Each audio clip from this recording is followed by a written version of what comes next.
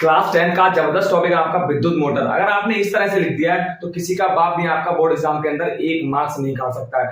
और जो आपको थ्योरी दिखाई दे रही है, अगर आपने सेम इस तरह से थ्योरी लिख दी तो भाई आपका एक भी नंबर नहीं कटेगा। और सबसे बड़ी बात है कि इससे इजी आपको थ्योरी मिल ही नहीं सकती। इस बात की पूरी गारंटी आपको यूट्यूब पर छान लीजिएगा और आप कोचिंग क्लासेस और जो आपके स्कूल में टीचर पढ़ाता है आप उसकी थ्योरी से इसको मैच कर लीजिएगा। देखिए सबसे पहले आपको जो डायग्राम दिख रहा होगा, हमने एक एक पॉइंट लिखा है और वही पॉइंट लिखा है जिससे आपका नंबर बिल्कुल ना कटे, छोटा भी हो जाए और आपका लगभग 2 पेज या 2.5 पेज का बन भी जाए। क्या इतनी बात क्लियर हो गई? इन सब बातों को ध्यान में रखकर हमने आपको सब कुछ लिखा है। तो देखिए सबसे पहले हम स्टार्ट करेंगे विद्युत मोटर। विद्युत मोटर आपके सामने हमने बना दिया है कि वास्तव में विद्युत मोटर होता कैसा और दिखता कैसा है। ये आपके विद्युत मोटर का अंदर का भाग है, वो हमने आपको यहाँ पर बना दिया। अब देखिए क्या है विद्युत मोटर, है क्या वो समझ लीजिएगा। यह एक ऐसा साधन है जिसके द्वारा वैद्युत ऊर्जा को यांत्रिक ऊर्जा में बदला जाता है। किसको बदला जाता है? वैद्युत ऊर्जा को यांत्रिक ऊर्जा में बदला जाता है। आपसे पूछ भी सकता है कि वैद्युत मोटर क्या है या वैद्युत मोटर बदलता है किसको? यांत्रिक ऊर्जा को वैद्युत ऊर्जा में, वैद्युत ऊर्जा को यांत्रिक ऊर्जा में। और आपको 2 ऑप्शन दे देगा, तो आपका ऑप्शन सही क्या रहेगा? आपका ऑप्शन रहेगा कि जो विद्युत मोटर वो क्या है? वैद्युत ऊर्जा को यांत्रिक ऊर्जा में बदलता है। इतनी बात क्लियर। अब देखते हैं संरचना। इसकी रचना क्या है? विद्युत मोटर के मुख्य कितने? 3 भाग हैं। कौन कौन से? क्षेत्र चुंबक, आर्मेचर, विभक्त विलय। साथ साथ में हमने आपको इसमें ब्रश भी है, तो हम 3 की जगह इसको मान लेते हैं 4। कितने मान लेते हैं? 4। वैसे मुख्य कितने भाग हैं इसके? 3 भाग, क्योंकि विभक्त विलय और ब्रश दोनों एक ही में कांटेक्ट होते हैं, पर हम यहाँ पर विभक्त विलय और ब्रश को दोनों को अलग अलग आपको बताने वाले हैं। तो यहाँ आप इतना ही लिखेंगे, कोई भी दिक्कत नहीं। आप 4 लिख देंगे तब भी कोई समस्या नहीं है। तो देखिए क्षेत्र चुंबक क्या है? क्षेत्र चुंबक आपका यह एक शक्तिशाली चुंबक होती है जिसके N व S ध्रुव होते हैं। जो कर्व चुंबक होती है वो बहुत पावरफुल होती है। तो आपको यहाँ पर ये जो चुंबक दिखाई दे रही ये क्या है? यही इसको हम बोलते हैं क्षेत्र चुंबक। क्या है? दोनों क्या है? ये आपकी हो गई क्षेत्र चुंबक जो कि N व S ध्रुव होते हैं। इसमें इधर आपका S ध्रुव हो गया, इधर आपका S ध्रुव हो गया। अपेक्षाकृत जो फ्लैट चुंबक होती है, फ्लैट चुंबक की अपेक्षाकृत जो कर्व वाली चुंबक होती है, जो मुड़ी हुई चुंबक होती है, वो ज्यादा पावरफुल होती है, इसलिए यहाँ पर ये वाली चुंबक लगाई जाती है। इतनी बात क्लियर है। अब बात करते हैं आर्मेचर की। तो आर्मेचर पहले क्या है वो समझ लीजिएगा। यहाँ तांबे के तार के कई फेरों वाली कुंडली ABCD होती है, जो कि हमने ABCD भैया क्या लिखी? देखिए हमने इसका ABCD, ये क्या है आपका? इसको बोलते हैं आर्मेचर। क्या बोलते हैं? ये जो आपको दिखाई दे रहा है इसको हम क्या बोलते हैं? आर्मेचर। तो ABCD होती है जो कि चुंबक के ध्रुव NS के बीच घूमने के लिए स्वतंत्र होती है। मतलब आपकी जो चुंबक है, ये जो आर्मेचर है, ये चुंबक, ये दोनों चुंबक है, इनके बीच में घूमती और कैसे? स्वतंत्र रूप से घूम सकती है। इतनी बात क्लियर। आप इतना ही लिखेंगे। फिर करते हैं बात विभक्त विलय की। अभी पॉइंट बताएंगे बहुत जबरदस्त था। विभक्त विलय क्या है वो समझ लीजिएगा। विभक्त विलय है यह एक पीतल का छल्ला होता है। क्या है? पीतल का छल्ला होता है जो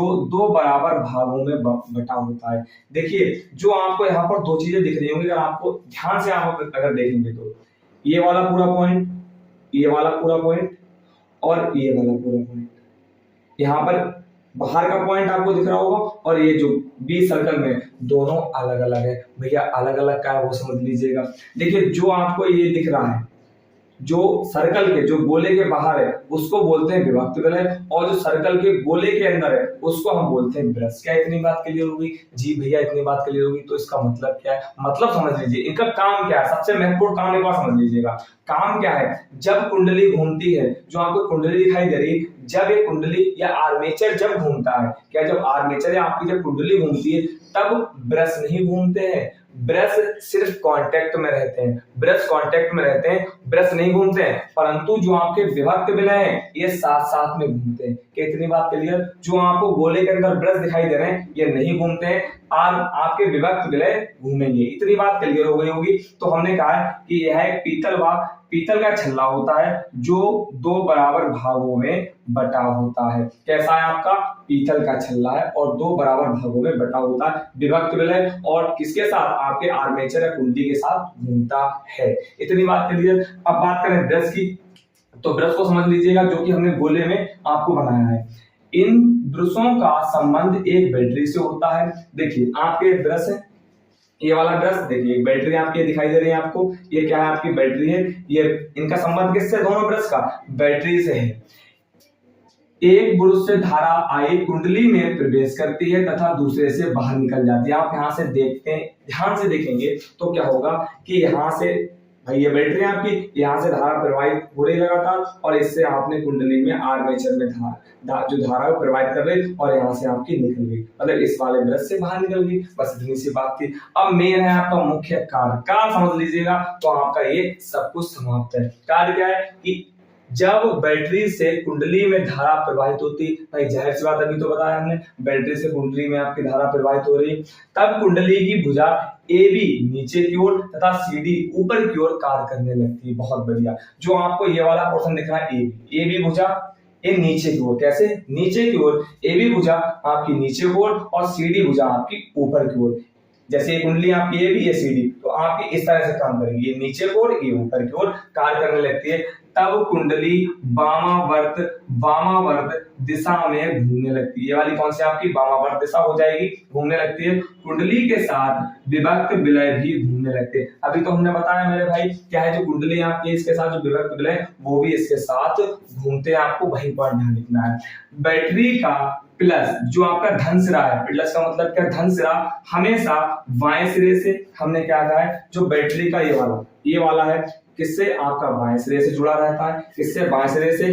तथा ऋण सिरा, मतलब जो आपका ऋण सिरा है वो हमेशा दाएं सिरे से जुड़ा रहता है, मतलब जो आपका ये वाला सिरा ऋण सिरा है किससे, आपका दाएं सिरे से जुड़ा रहता है। तथा कुंडली उसी दिशा में घूमने लगती है। बिल्कुल सही, कुंडली भी क्या है, उसी दिशा में घूमने लगती है। तो कम समय में एक एक कॉन्सेप्ट के साथ आपको किस तरह से लिखना हमने आपको भी बता दिया, डायग्राम आपको कैसे बनाना वो भी बता दिया। आपको डायग्राम का यहाँ पर हम स्क्रीनशॉट या हम आपको